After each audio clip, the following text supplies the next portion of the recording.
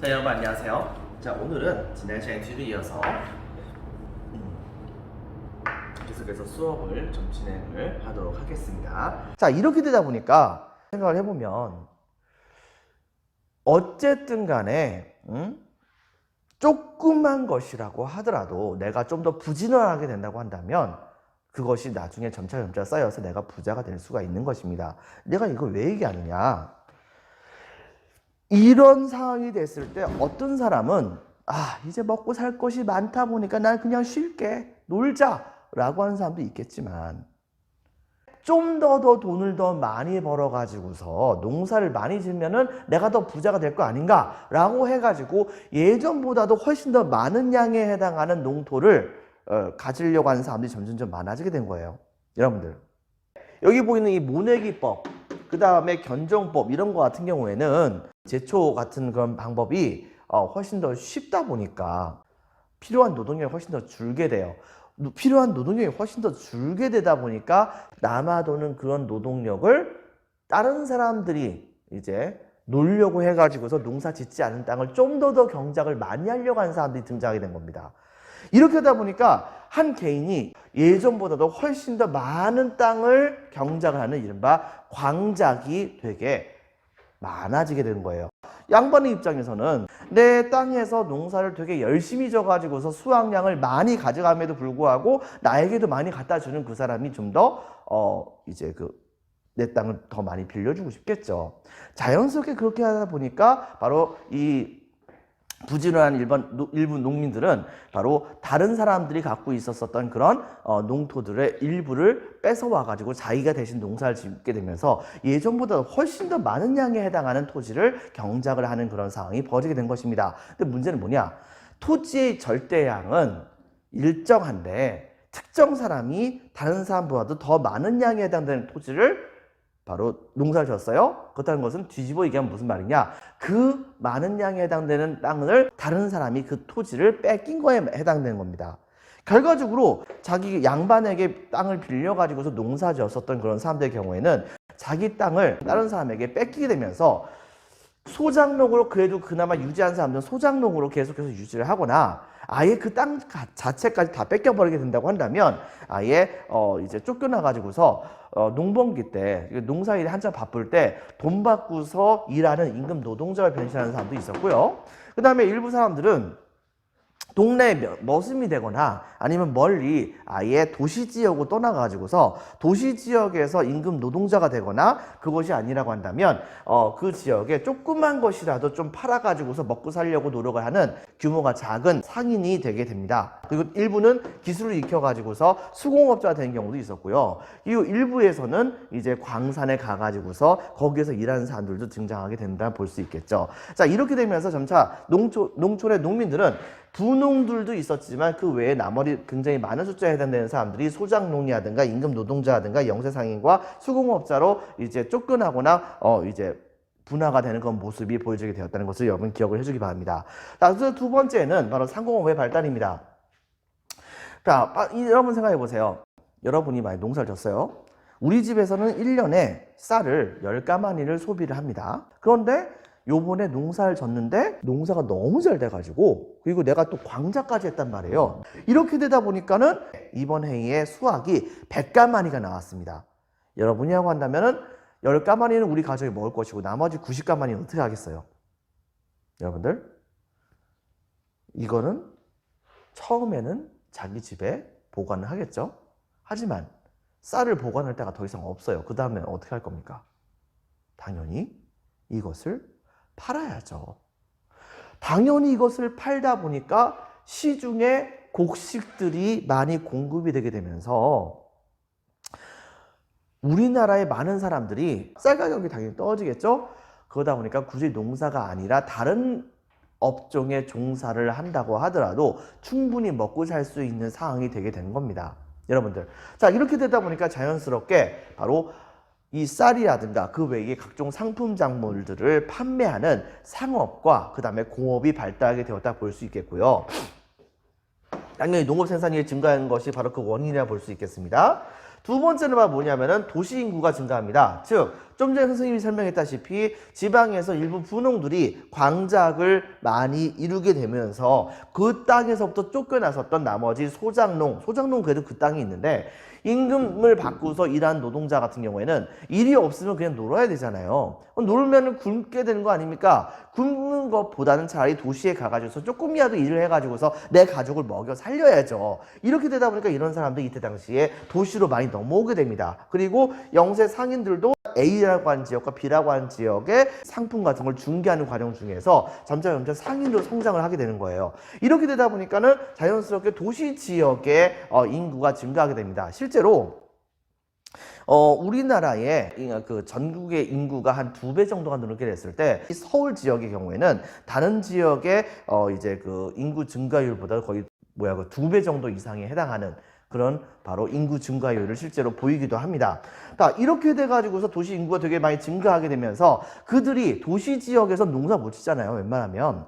당연히 그들이 먹을 수 있는 식량 같은 것이 많이 필요하게 됐던 것이고 바로 이런 식량들을 옮겨와야 되는 그런 상인들의 중요성이 되게 높아지게 된 겁니다. 거기다 플러스 여러분들 알다시피 광해군부터 시작을 했었던 이 대동법은 100년에 걸쳐 가지고서 결과적으로 전국적으로 다 시행이 되게 됩니다.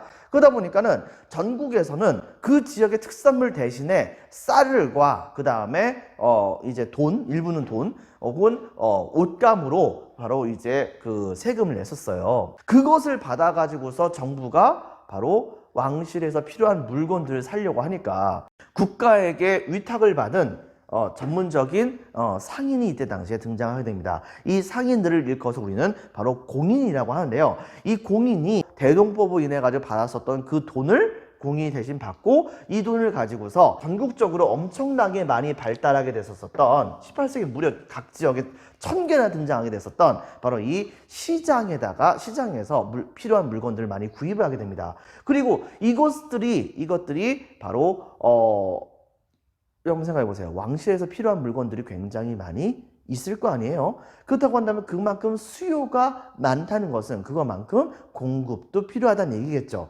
그렇게 되다 보니까 자연스럽게 유통이 되게 활발하게 발달하는 과정 중에서 A라고 하는 지역에서 장사했다가 그 다음날 이제 B라고 하는 지역으로 넘어가서 또 장사하고 그 다음에 C라고 하는 지역에서 넘어가서 장사하는 그런 전문적인 돌아다니면서 장사하는 그런 사람들이 등장하게 됩니다. 바로 보부상이라고 하는 사람들이 등장하게 되는데요. 이제 이 사람들은 국가에게서부터 허가받은 상이긴 하거든요. 바로 이런 사람들이 각 지역에 있는 그 1000여 개가 넘는 시장들을 돌아다니면서 서로 연결을 하면서 그러면서 이렇게 우리나라의 상업을 발달시켜주는 모습을 보여줬고요.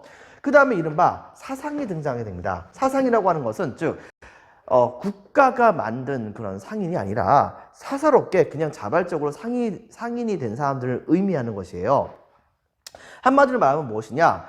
원래 국가는 상인 계층에게 국가가 바로 점포를 마련해 줍니다. 이른바 이것을 일컬어서 우리는 시전이라고 얘기를 하거든요. 근데 이 시전에서 있었던 상인들의 경우에는 바로 국가가 필요한 물건들을 공급을 해주는 대신에 그 물건에 대한 독점권을 갖고 있는 것이 원칙이에요.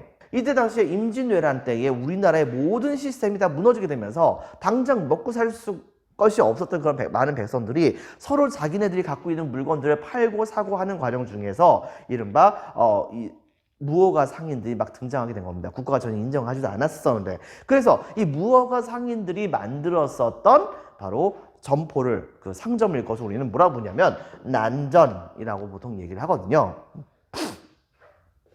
근데 이제 문제는 뭐냐? 시전 상인들이 국가에서는 근데 이 난전이 너무 많다 보니까 국가가 이것을 제대로 통제할 수 없다 보니까 애당초에 어떻게 했냐면 이 시전 상인들에게 시전 상인 니네들이 난전을 금지할 수 있는 권한을 주겠다라고 하면서 이른바 금난전권이라고 하는 것을 이때 당시에 국가가 시전 상인들에게 줬어요. 근데 이놈의 시전 상인들이 이걸 되게 악용을 해먹은 겁니다. 예를 들면 당장 먹고 살기가 힘든 할머니 같은 건 분들이 들판 같은 데서 뭐 혹은 자기 집 텃밭에서 이제 키웠었던 여러 가지 약초라든가 나물이라든가 뭐 이런 것들, 그 다음에 일부 소규모의 그런 뭐라고 할까, 수공업자들이 자기가 만들었던 집신 뭐 이런 것들 같은 것을 갖고 와가지고 판매하잖아요. 근데 그 집신이라든가 그다음에 그 물건들이 자기 머리에다 입고서 와가지고서 판매를 하고 있는데 거기 와가지고서 너 난전을 감으로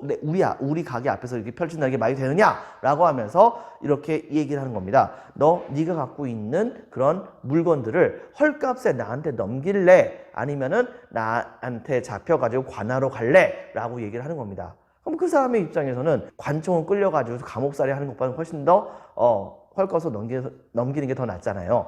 이렇게 되다 보니까는 이때 당시에 시전 상인들의 행패가 되게 많았던 겁니다. 근데 정조가 이것을 철폐시키게 됨으로써 자연스럽게 이때 당시에 사적인 상인들은 뭐 그런 것과 전혀 관계없이 시전 상인의 방해를 받지 않고 마음대로 물건을 팔 수 있는 상황이 되게 되면서 자연스럽게 우리나라의 상업이 엄청나게 발달을 하게 됩니다. 그 과정 중에서 굉장히 성장했었던 대표적인 사상 중에 하나가 개성 지역을 중심으로 해가지고서 발달했었던 송상. 이 사람들 특히 이제 인삼무역으로 되게 유명했던 사람이죠. 그 다음에 청나라와의 교역에서 되게 많이 이제 유명해졌었던 만상. 그리고 일본과의 그런 교역에서 되게 많이 이제 활약을 했었던 레상. 동네에서 많이 활약했기 때문에 레상이라고 보통 얘기합니다. 이런 사람들이 되게 유명했고요. 지금으로 따지면 뭐냐? 바로 운송업, 즉 택배업을 했던 사람이라고 볼 수 있겠죠. 바로 여기 보이는 경강상인들이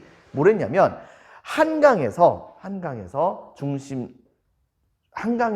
모여가지고서 자기네들이 엄청나게 많은 배를 갖고서 전국에 있는 모든 물건들을 자기네들이 갖고 있는 배를 이용해가지고서 옮겨주는 역할을 많이 하게 됩니다. 이렇게 되게 되면서 우리나라의 유통업이 되게 많이 발달하는 모습이 보여주게 됐던 것이고, 그 결과 청나라와 일본과 같이 그런 나라들과 같이 교역을 해가지고서 여기에서 많은 이익이 얻어지기도 했었습니다. 자, 그 다음에 또 한 가지는 화폐의 사용이 있었습니다. 즉 이때 당시에 여러분 생각해 보세요. 이 시대 때에 우리나라에서 주로 사용됐었던 그런 화폐는 쌀 아니면은 군포, 즉 옷감입니다. 면으로 만든 옷감. 근데 이제 문제는 뭐가 있냐면 쌀 솔직히 너무 무거워요. 옷감 여러 번 이것을 돈 대신에 사용하다 보면은 옷감으로서의 가치를 잃어버린 경우도 많겠죠. 그렇기 때문에 국가의 입장에서는 이 화폐를 사용하도록 만드는 게 중요하다고 생각을 했습니다. 자, 그래가지고 여러 차례 걸쳐가지고서 실제로 화폐를 만들어가지고서 통용을 시키려고 노력을 했었어요. 심지어는 고려시대 때도 그렇게 화폐를 만들어서 통용하려고 노력을 했었거든요. 근데 이게 다 실패해요. 왜냐면은 사람들이 생각을 했을 때 저 조그만 동으로 만든 동전 덩어리가 내가 갖고 있는 커다란 쌀 가마니보다 쌀 가마니랑 같은 가치를 갖고 있다, 혹은 비슷한 가치를 갖고 있다 라고 하는 것을 도대체 믿지 않았던 겁니다. 여러분들, 이렇게 되다 보니까는 자연스럽게 어떤 일이 벌어지게 됐었냐면 국가에서 만들었었던 굉장히 많은 그런 돈들의 상당수는 바로 발행을 하긴 했었으나 전부 다 발행하는 것을 다 실패하게 됩니다. 실패하게 되는데 숙종연간에 바로 이 상평통보를 처음 만들게 된 거예요. 이 상평통보를 가지고서 국가가 이 상평통보를 가지고서 세금을 걷는 경우도 실제로 있기도 했던 겁니다. 결국 여러분 생각해 보세요. 상평통보를 얻게 된다고 한다면 가치가 없을 줄 알았지만 최소한 하다못해 국가에다 세금 대신에 낼 수도 있는 거 아닙니까? 그리고 또 한 가지, 이 상평통보라고 하는 동전, 여러분 상평통보가 어떻게 생겼는지 알죠? 조그만 엽전이에요. 우리가 알고 있는 이렇게 생긴 거죠. 여기다가 상평통보 이렇게 써 있고요. 여러분들, 바로 이런 상평통보와 같은 그런 엽전, 이런 동전을 사용하게 된다고 한다면 이것이 확실하게 믿을 수 있는 돈이라고 한다면 바로 이때부터는 확실하게 쌀이라든가 혹은 옷감 뭐 이런 걸 갖고 다니는 것보다는 돈으로서 가치를 매겨가지고서 거래하는 것이 훨씬 더 간편하잖아요. 이렇게 되다 보니까 자연스럽게 이 상평통보가 본격적으로 활용이 되게 되면서 이것이 전국적으로 본격적으로 통용이 되게 되는 모습이 보여지게 됩니다. 말 그대로 이 화폐 정책은 대성공을 하게 되었던 것이죠. 이렇게 되게 되자 국가의 입장에서는 이런 동전을 만드는 것, 그리고 그 외에도 금속이 많이 필요하게 된다고 한다면 그 금속을 많이 개발을 해야 될 거 아닙니까? 그러다 보니까 자연스럽게 광산이 개발이 되게 많이 이루어지는 모습이 보여지기도 했던 것입니다. 자, 이렇게 돼가지고서 바로 이 사회 변화가 점차 변화가 되는 모습이 보여졌다라고 하는 것을 경제와 사회 분야에 대해서 이야기를 했었습니다. 일단 한번 볼게요. 여러분 프린트 4페이지 본다고 한다면 먼저 1번 농민층이 분화하다 해서 자 별표 하나 농민층의 분화 이거 전체는 전반적으로 다 중요합니다. 대략적인 내용 여러분이 알고 있어야 돼요. 첫 번째 번 뭐냐면 1번 모내기법. 자 모내기법의 확대. 벼, 보리, 의 이모작이 가능했고 수리시설이 되게 많이 확충되었습니다. 대표적으로 저수지 같은 것이 여기 포함된다 볼 수 있겠죠.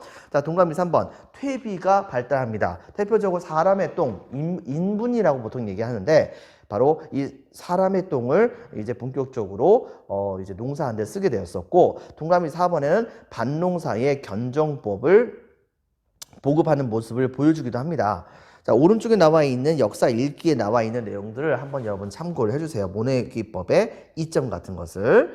자, 그 상품작물의 재배에서는 자, 상품작물의 재배 별표 하나, 동그라미 1번 담배, 그 다음에 약초, 채소, 목화 등을 재배합니다. 밑줄 쫙 치고 동그라미 2번 쌀의 상품 작물화 현상이 일어나기도 합니다. 때문에 쌀이 가장 돈이 많이 됐었기 때문에 밭을 논으로 바꾸는 현상도 되게 많이 일어났었다고 해요. 거기까지 밑줄 쫙. 자, 그 다음에 별표 하나, 계층의 분화에서는 그 과정 중에서 동그라미 1번 바로 일부 분홍층이 등장합니다. 이 분홍층으로 성장했던 건 사람들 광작을 통해서 이제 분홍층으로 성장하는 사람들이 등장하게 됐고 하지만 그것보다 훨씬 더 많은 숫자에 해당되는 건 사람들이 농토를 잃어버리고 바로 소작농으로 전락을 하거나 임금 노동자 그리고 영세 상인, 수공업자 이런 사람들로 변신하게 된다는 것을 기억해 주기 바랍니다.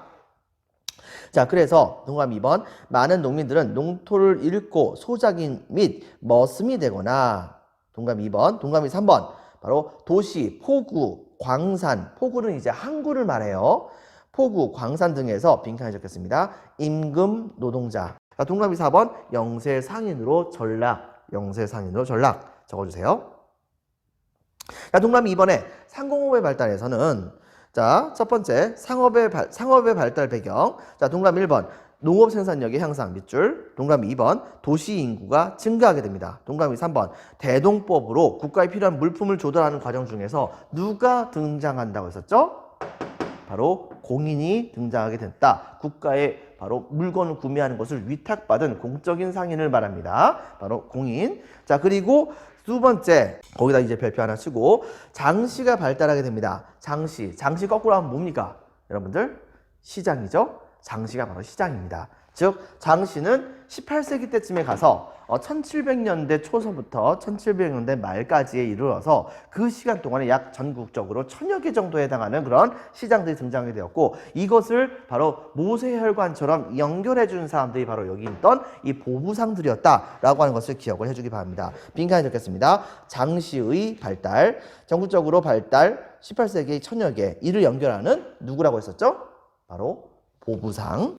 그 다음에 자 빈칸에 적겠습니다. 사상, 사적인 상인들을 말합니다. 이 사상의 경우에는 밑줄 칩니다. 국가의 허가를 받지 않고 상업활동 밑줄 쫙. 하지만 정조 때에 뭘 폐지한다고 하셨죠?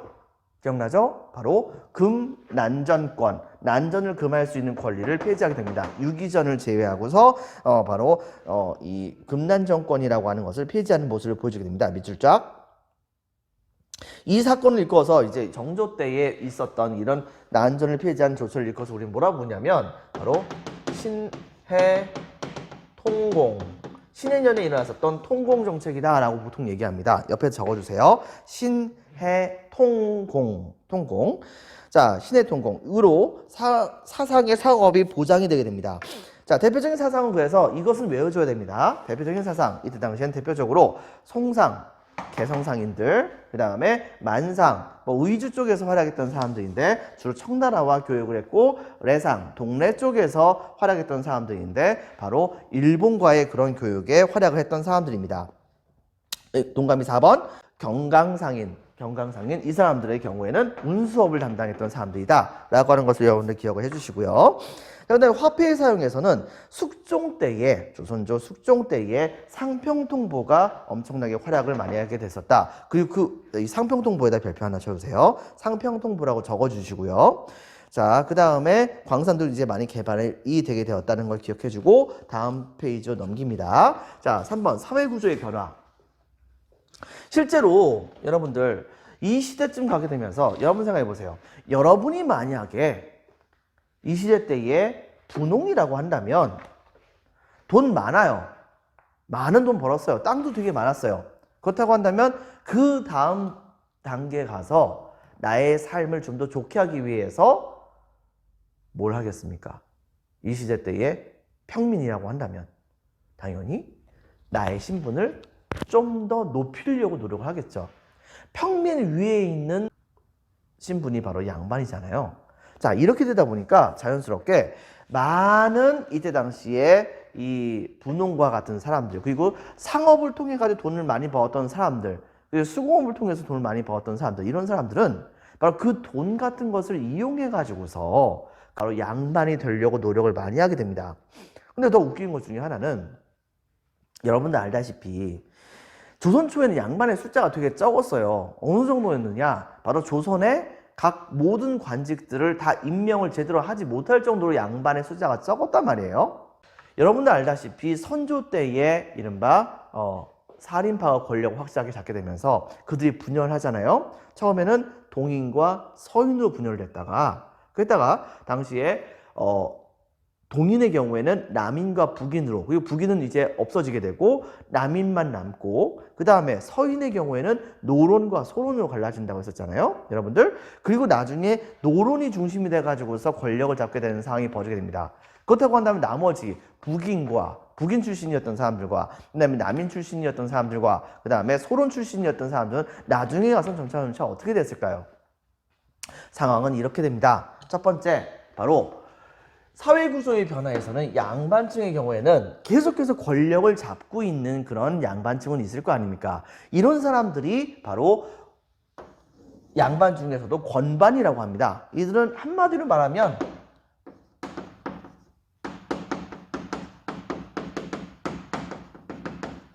권력자라고 보통 얘기해요. 그래가지고서 자, 이들은 중앙에서 계속해서 자신의 권력을 유지해 나가는 모습을 보여줬던 것이죠. 근데 두 번째, 향반이라고 하는 사람들이 등장하게 됩니다. 이 향반은 바로 누구냐면 어저께까지는 권력자였어요. 그렇긴 한데 권력 다툼에서 패했습니다.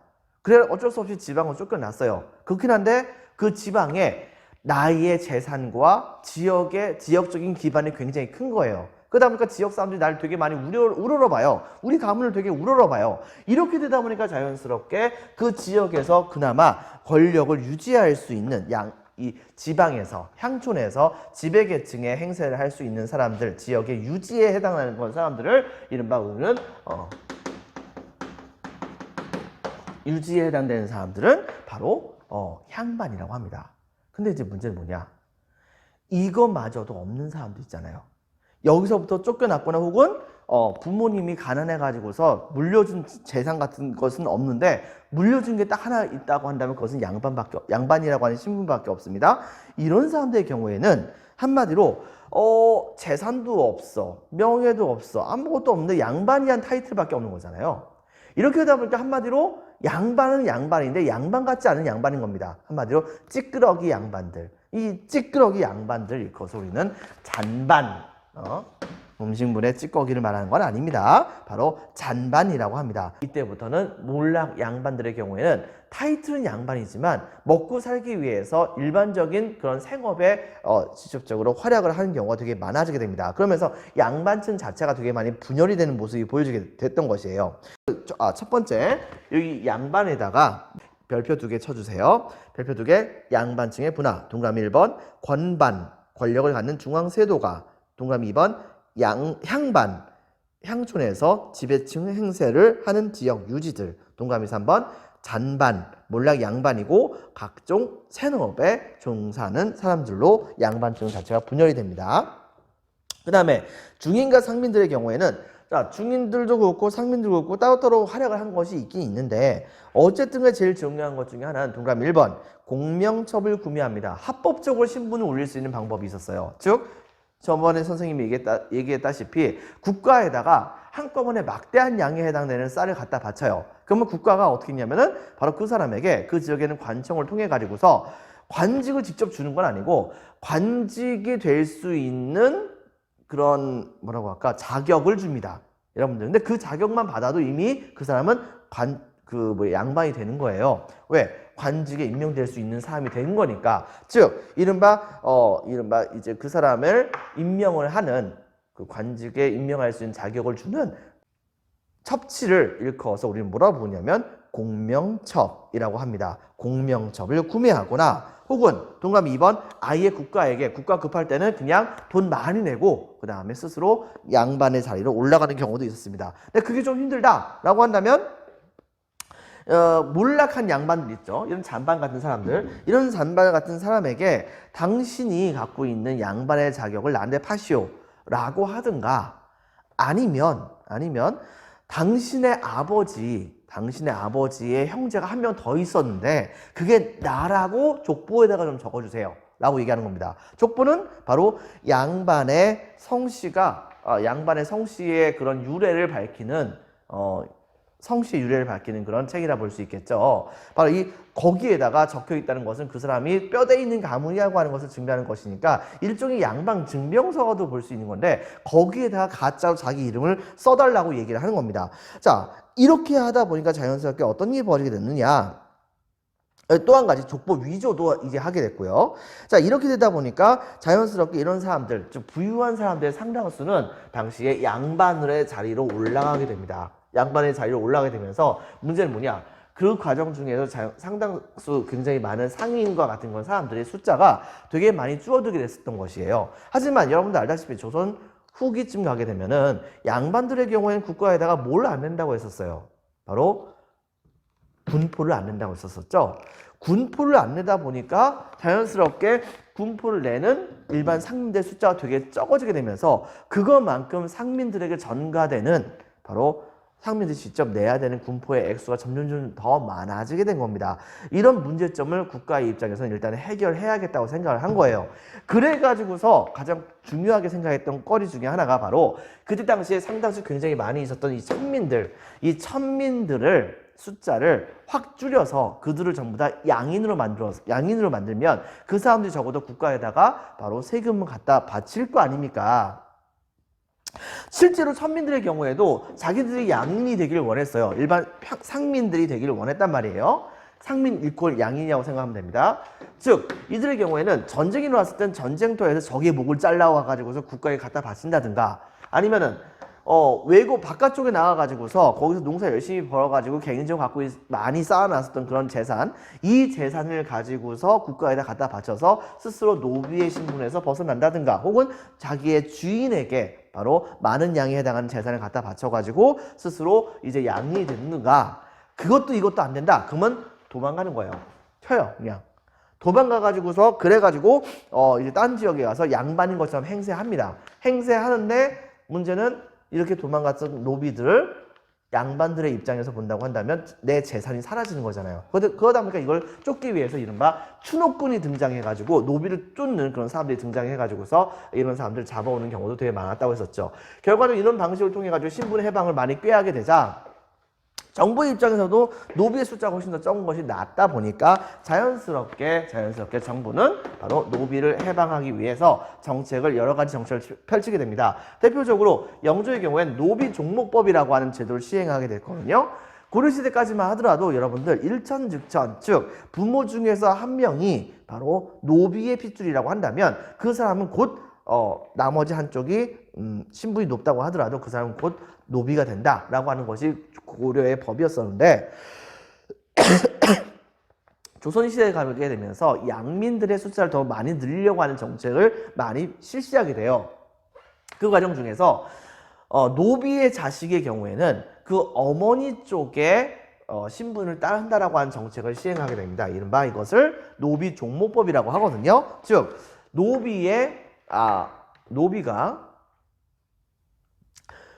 남자 노비가 여성 양인 노비와 같이 결혼을 하게 되면은 그 둘 사이에서 낳은 자식은 어머니의 신분을 따르게 되면 그 사람이 이제 양인이 되는 거잖아요. 바로 그런 방식에 따라서 노비들을 차츰차츰 해방시키려고 하는 정책을 펼치게 만들었던 것입니다.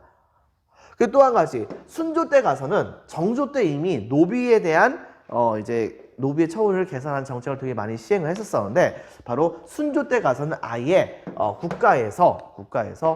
국가가 공적으로 부리는 노비들을 다 그냥 해방을 시켜버리는 그런 조처를 취하기도 하죠. 하지만 조선의 땅에서 바로 이 노비 제도가 공식적으로 없어지는 것은 1894년 갑오개혁대나 가서야 바로 노비 제도가 없어지게 됩니다. 이런 점 여러분들 같이 기억을 해주기 바랍니다. 그래서 5페이지에 동그라미 3번 사회구조의 변화에서 본다고 한다면 별표 2개, 양반층의 분화, 동그라미 1번, 권반, 빈칸에 적혔습니다. 권반, 권력을 갖고 있는 중앙의 세도가, 동그라미 2번, 향반, 향촌에서 지배층 행세를 하는 지역 유지, 동그라미 3번에 잔반, 몰락, 양반, 각종 생업의 종사, 거기까지 밑줄. 자, 그 다음에 이 양반층의 분화 자체에다 별표 2개 쳐주세요. 그 다음에 중인과 상민의 경우에는 별표 하나, 바로 동그라미 1번, 공명첩, 빈칸에 적혔습니다. 공명첩 구매, 동그라미 2번, 납속책 및 납속책. 그래서 동그라미 3번, 족보의 구매, 족보의 위조 밑줄칩니다. 동그라미 3번. 이런 방법을 통해 가지고서 부유한 자들이 중심이 돼서 다음 주에 밑줄칩니다. 양반 적겠습니다. 양반으로 신분 상승. 마지막으로 별표 하나, 천민의 경우에는 천민이 신분 상승을 할 수 있는 가장 좋은 방법 1번, 전쟁에서 공을 세우거나, 두 번째, 납속, 돈을 많이 내가지고서 그걸로써 국가에게 신분 해방을 허락을 받는다든가, 동그라미 3번, 이건 비공식적인 거죠. 도망 같은 방법으로 신분 탈피를 노력했었고, 정부도 노비 해방 정책을 실시하기 때문에 바로 영조 때 가서는 동그라미 1번, 영조 때에 노비 종모법, 노비의 신분은 그 어머니를 따른다라고 하는 법, 노비 종모법을 실시하고, 동그라미 2번에는 순조 때 가서는 아예 공노비를 다 해방시켜주는 조치를 취하게 됐었다라고 하는 것을 여러분들이 기억을 해주기 바랍니다. 자, 여러분들 수고 많으셨습니다. 오늘 여기까지 하겠습니다. 감사합니다.